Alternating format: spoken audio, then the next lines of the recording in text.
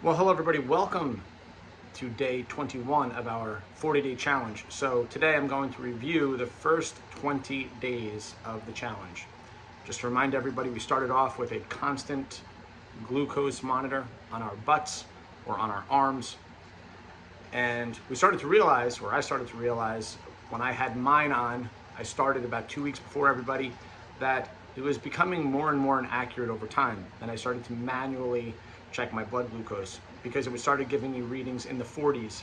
I had no signs of hypoglycemia, and I started to think, man, maybe there's something really wrong with me. But it turns out when it was reading 47, 48, my blood glucose was in the low 80s.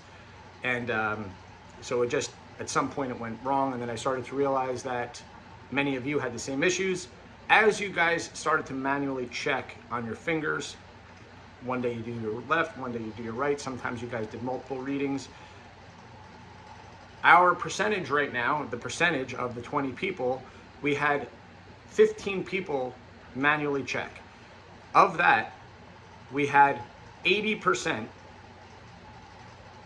running over 100, so that's pre-diabetic.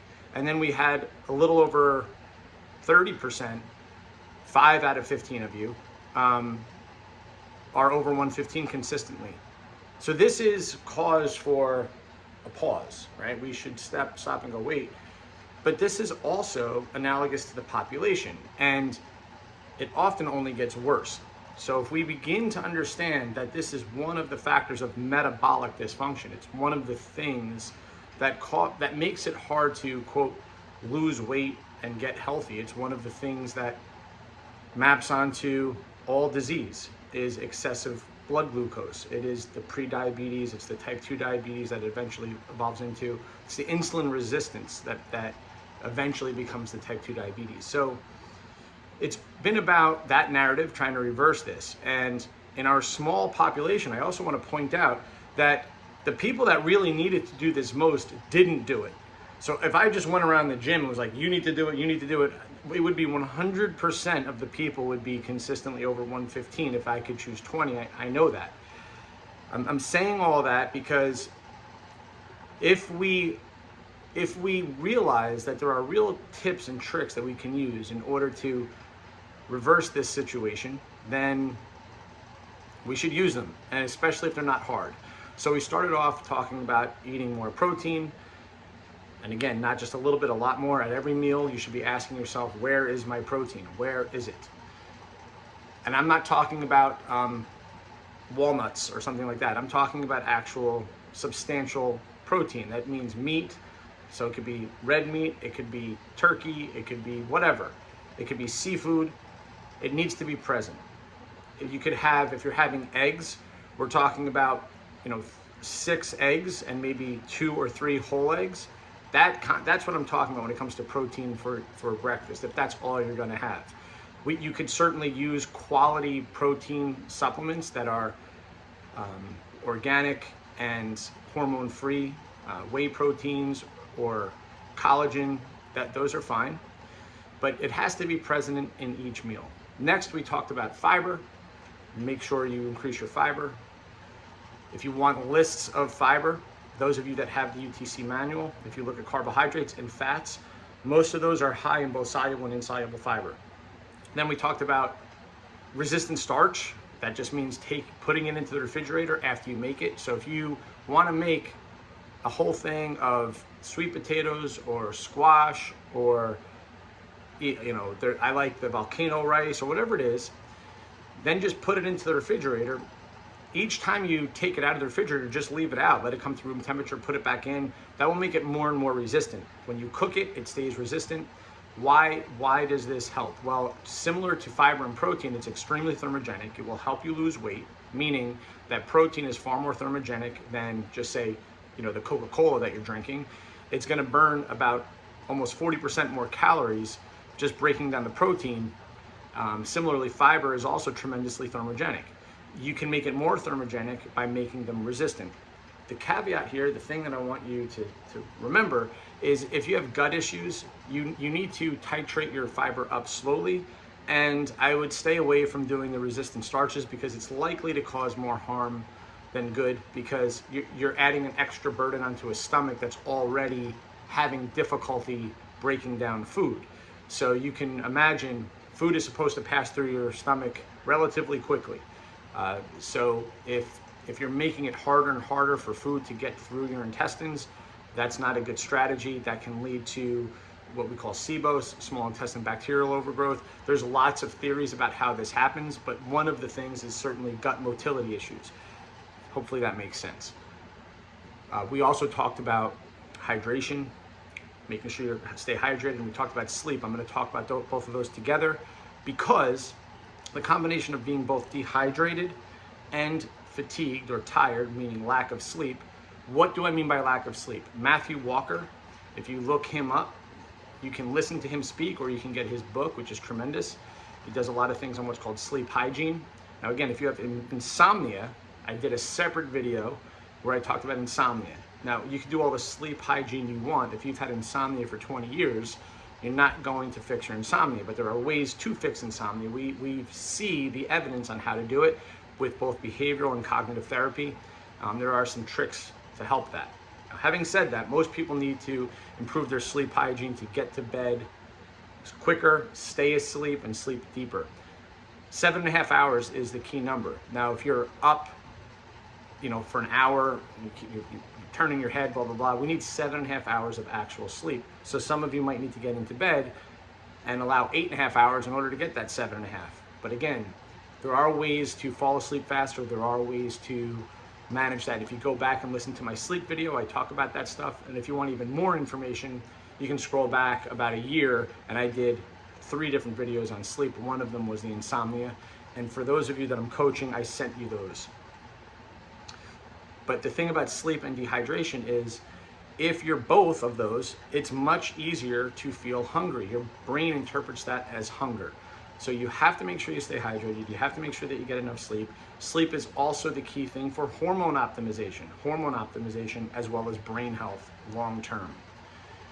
We talked about electrolytes and electrolyte balance. I went down a pretty big rabbit hole with that one when it came to blood pressure. But the bottom line is, guys, is you want to try to get most of your potassium and magnesium from food. Don't shy away from sodium. Just make sure that you're drinking enough water. Most of the issues come from being dehydrated, drinking too much sodium,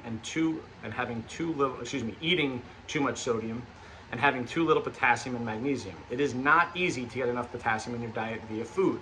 Supplementing with potassium is tricky. I don't want to go through that whole thing again, but if you want to listen to it, go back and listen. But certainly getting your magnesium in via a supplement, like a magnesium citrate, is great. If you want to have it at night, magnesium glycinate, which is bound to glycine, is another trick. We know that glycine in the 3 to 4 gram range can help many people fall asleep. See if it works for you. If you have difficulty falling asleep, glycine is just an amino acid. It's, for example, it's one of the things that's in the collagen that you're drinking or the bone broth that you're drinking. It's glycine. That's super high in glycine, which is just an amino acid. Then we talked about, and then of course, in that conversation, we talked about how that would affect blood pressure along with hydration and of course, body weight. Then we started to talk about having carbs with fats, and we talked about just have a little bit of fat with your carbs, but don't overeat either. Remember, if you have, and preferably you're having fibrous carbs. So fat will help blunt the glucose response, but it is fat that will make the response last longer. So for example, if your blood glucose spikes and it comes back down in 90 minutes, but if you have it with fat, it may come down after 2 hours. So it prolongs the recovery. So just be aware that you don't want to have too much fat, and certainly not with too many carbs. Then we talked about managing your home. If it's in your home, you will eat it. If it's in your home, you will eat it. So you need to get the stuff that you know you're going to overeat out of your pantry, out of the refrigerator. This, guys, is a pearl of wisdom. I cannot stomp my foot enough about it. I've been doing this a long time. It's the people that do this that are successful. Then I talked about neat, which is non-exercise activity thermogenesis, just finding ways to stay active. That means that you stand instead of sit. That means taking a brief walk after a meal. That means if you can't walk, you can just do some chores around the house, even just showering, just finding ways to stand up and move and do what you need to do after a meal. This will help the digestive process, but we also see that taking just a 10-minute walk after a meal is as effective as the medication metformin in many people. This is studied. So I talked about if you went out to eat, there's nothing wrong with just taking a brief walk down the street with your boyfriend or girlfriend or husband or wife or kids before you get back into the car. It's just 10 minutes, especially when the weather is so nice. Then we talked about not drinking your calories. If you don't drink your calories, guys, you're going to be way better off. Just think about, look, you go to Starbucks and you just look at the calories on the mochaccino, frappuccino, whatever. It's 600, 700, 800 calories depending on the size that you're ordering. It's all sugar and it's all bad fat and it's all dairy.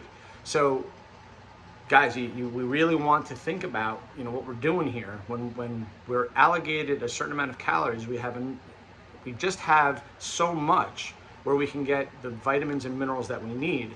And if you already are drinking, what is essentially a third to a quarter of your calories in the form of sugar and fat and a bad fat, then it's just that much less window that you have to get your protein, your vitamins and minerals in. Make sense?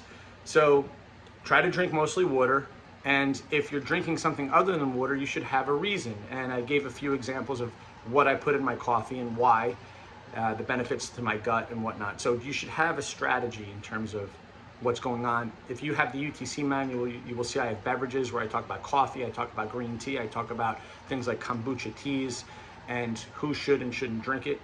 And also the sort of side effects that we talked about, just keeping in mind that things like tannins block the absorptions of vitamins and minerals, and that includes things like red wine, which, speaking of which, when you talk about wanting to drink your calories, avoiding that, not only does wine is a sugar, it's ethanol. That's what it is. It's a sugar. That's how it's metabolized, as a carb, as a sugar. And if you want to crush your hormones, just make sure you drink alcohol. So if you want to have poor sleep and have a bad hormone outcome, drink alcohol. We can drink about, depending on the person, 5 or 6 ounces a night, honestly, every night without much consequence. But that's not what we do.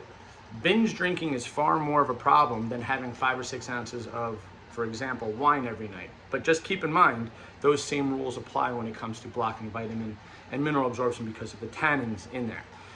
So you could use that as a strategy for losing weight, meaning green tea. This is also well studied. So if you have green tea, just about 6 to 8 ounces with food, as you're drinking your tea, you can eat. This will block not just vitamin and mineral absorption, it'll block the absorption of everything. So that's why green tea can help some people lose weight, because you're literally blocking the absorption of everything that you're eating. So now it's dose dependent. So it's not like it magically blocks the calories of everything, but you get the idea. Just keep in mind, if you do take that strategy, you want to supplement with, for example, a multivitamin on an empty stomach, and you want to think more carefully about these things. This type of stuff we talk more specifically about in seminars and whatnot, but you get an idea. Then I'm not going to rehash this, but then I went on a little COVID rant. Sorry for all of you that weren't interested, but there were some important topics in there. One of them was making sure that you avoid linoleic acid. Linoleic acid is an omega-6. It is in most packaged goods. Again, you want to avoid boxed and packaged goods. If you look at the ratios of omega-6 to omega-3, and we're talking specifically about linoleic acid, it's not just omega-6. We want to relegate our linoleic acid to, 2, maybe 3 grams a day at most. And you don't have to necessarily boost up your omega-3s as long as you're eating fish 2 to 3 times a week, or if you're supplementing with a good quality fish oil once a day is great. Some people may need to supplement with more fish oil for different reasons. Some of you are because your triglycerides are high. But again, even doing that isn't really solving the underlying issue, but it will certainly bring your triglycerides down. There's another issue going on there other than, right? So if your triglycerides are high and you're taking fish oil, it'll bring the triglycerides down, but it's no different than if you're taking a statin. Yes, your LDL will come down, but you're not solving the original problem, the origin of the problem. So then we had a Q&A yesterday, so hopefully you guys got to review that. Thank you for all those questions. But right now, this is where we stand. I may have missed a thing or two, I don't know, but right now we're over 15 minutes. I don't want to go much longer than that. But certainly, guys, if you please thumbs up the video, if you please leave a comment or a question, I'd appreciate it. If you please share the video with others that you think can benefit from what we've talked about in this video and halfway through, I would appreciate that as well. Have a good rest of the day, everybody.